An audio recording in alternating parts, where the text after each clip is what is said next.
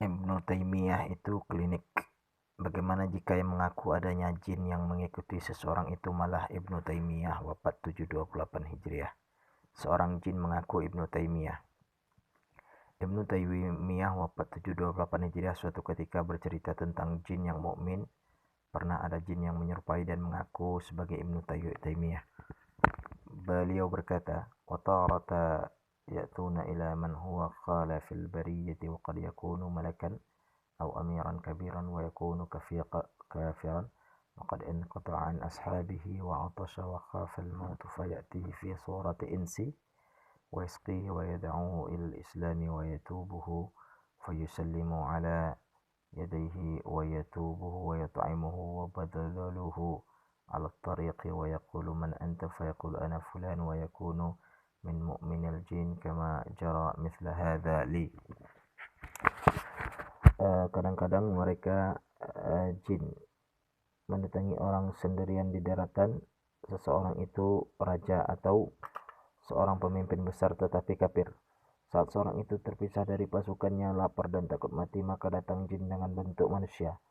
Jin itu memberi minum dan mengajaknya bertaubat dan masuk Islam. Lantas raja tadi bertaubat. Jin yang terbentuk manusia tadi ditanya, "Siapa kamu?" Dia menjawab, "Saya jin mukmin."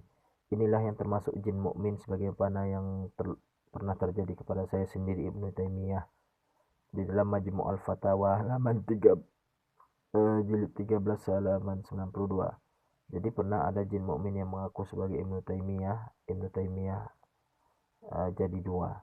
Untuk lengkapnya Ibnu Taimiyah menturkan sendiri, "Kuntu fi Misra fi qal'atiha wa jara mithlu hadha ila kathirin min التركي من ناحية المشرق وقال له ذلك الشخص أنا ابن تيمية فلم يشك ذلك الأمير أني أنا هو وأخبر ذلك ملك ماردين وأرسل بذلك sampai akhir sampai terakhir ليظن ذاك أني أنا الذي فعلت ذلك." Suatu ketika saat saya Ibnu Taimiyah ditahan di penjara Mesir, kejadian seperti ini sebagaimana dituturkan Ibnu Taimiyah di atas terjadi terhadap orang-orang Turki daerah timur. Ada seorang berkata, "Saya adalah Ibnu Taimiyah." Seorang pemimpin Turki itu yakin bahwa seseorang yang dilihatnya adalah saya Ibnu Taimiyah. Maka dilaporkanlah kejadian itu kepada Raja Mardin, sebuah provinsi sekarang di daerah Turki. Untuk memastikan kebenarannya, Raja Mardin mengutus utusan kepada Raja Mesir. Hal itu membuat gempar masyarakat Mesir, padahal beliau Ibnu Taimiyah masih di dalam penjara dan tidak keluar kemana-mana. Kenapa ada Ibnu Taimiyah juga di Turki? Ibnu Taimiyah mengemukakan, "Orang itu adalah jin yang mencintai saya. Dia berbuat sebagaimana apa yang telah saya perbuat kepada orang Tartar dari Turki saat mereka datang ke Damaskus dahulu.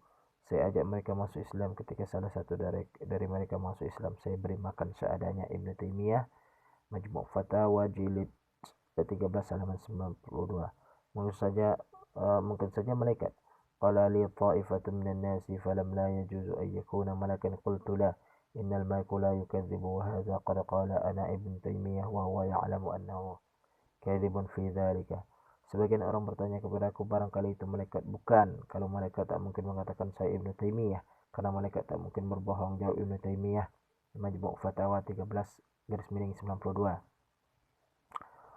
Wah, seru juga, ada jin mukmin yang mencintai Ibnu Taimiyah dan mengaku sebagai dirinya. Untungnya jin tadi mengaku sebagai Ibnu Taimiyah adalah hal baik.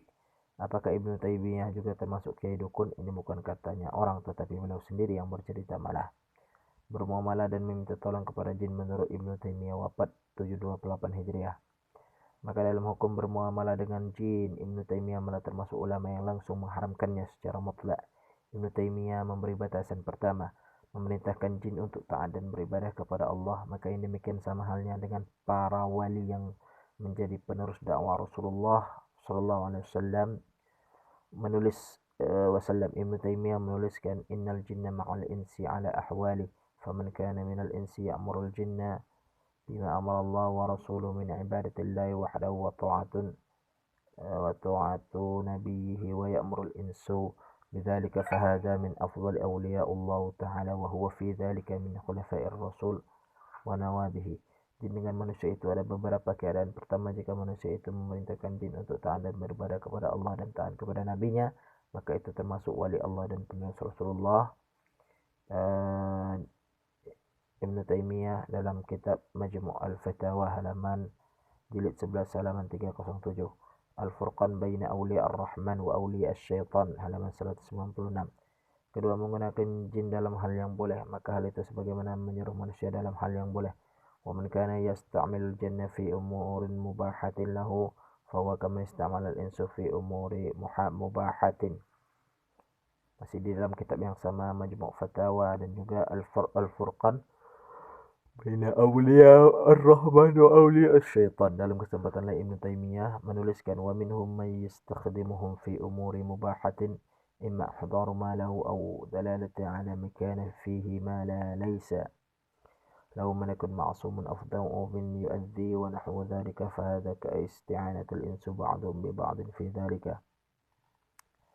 Di antara manusia ada yang memanfaatkan jin dalam perkara yang mubah seperti menghadirkan harta seseorang tersebut atau menunjukkan di mana letak suatu harta yang tak batuan atau mencegah apa yang menyakitinya dan lain sebagainya, maka hal itu tak ubahnya seperti meminta tolong kepada sama manusia. Ibnu Taimiyah dalam kitab Majmu' Fatawa.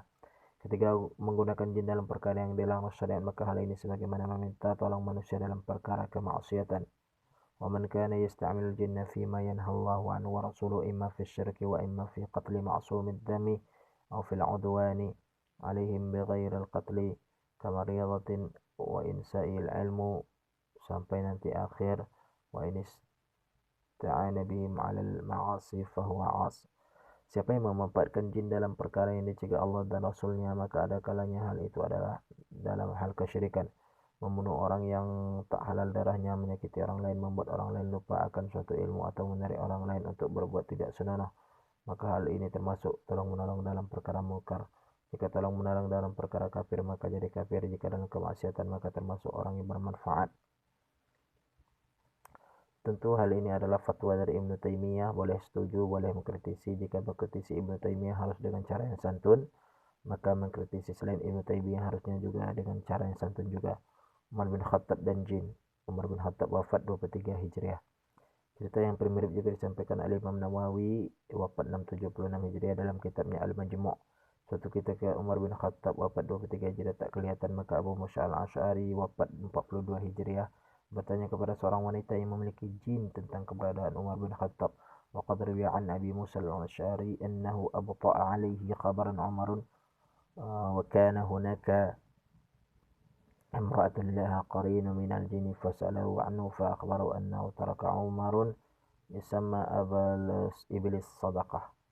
Diriwayatkan dari Musa al-Asy'ari bahwa beliau tak mendengar kabar Umar bin Khattab. Waktu itu ada wanita yang memiliki qarin dari jin. Lantas Abu Musa bertanya, di manakah Umar berada? Jin itu mengabarkan bahwa Umar sedang menandai unta hasil sedekah. Yahya bin Sharaf An-Nawawi dalam kitab Majmu' Syarah Muhadzab halaman jilid 1 halaman 9. Cerita lain tentang Umar bin Khattab dan jin adalah wa fi khabarin akharan, ya. Ketika itu Amirul Mukminin Umar bin Khattab pernah mengutus sebuah pasukan untuk berperang. Tiba-tiba ada seorang yang datang menemuinya di Madinah. Dia berkata, musuh telah dikalahkan oleh kaum muslimin.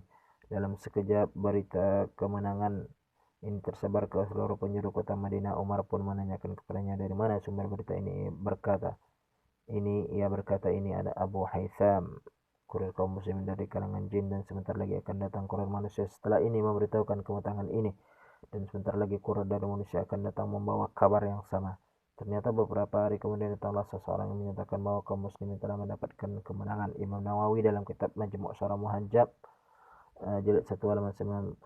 Terlepas dari perkataan masalah ini, poin penting yang ingin disampaikan dalam tulisan ini adalah jangan mudah menuduh orang atau kelompok lain dengan tuduhan yang bisa jadi tidak benar.